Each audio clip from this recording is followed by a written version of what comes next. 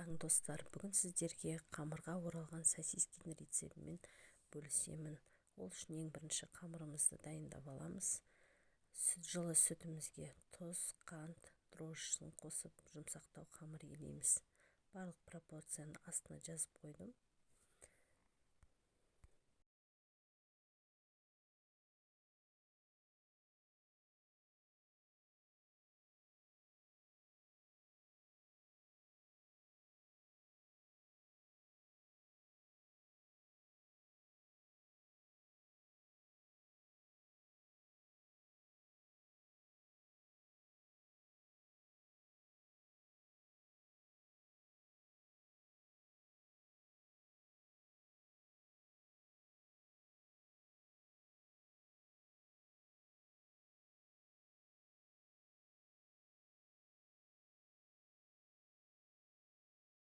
Оған кейін қамырымызды бетін жауып жылы жерге қойып қоямыз. 40 минут 45 минутта осылай көтеріледі.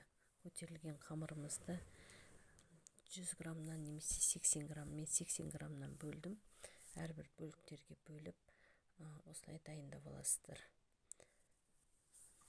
Бөлінген бөліктерді осындай қылдырып, видеодағындай көрсетілгендей жайып дайындап сосискеге орайсыздар.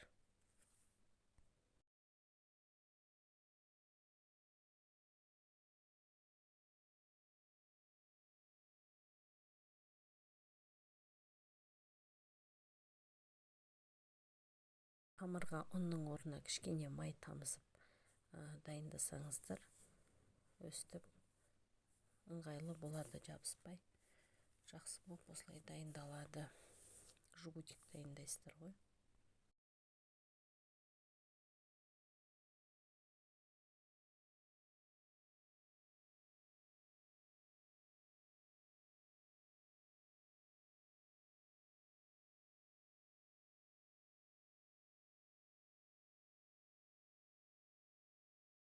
Кейде қамырға осылай орап дайындап аласыздар.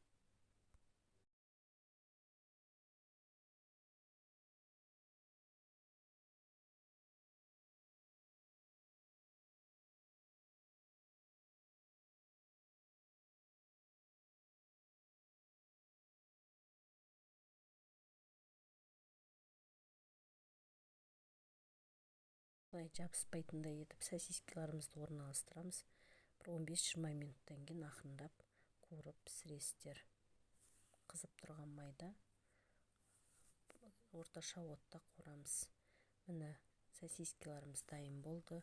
Ас болсын.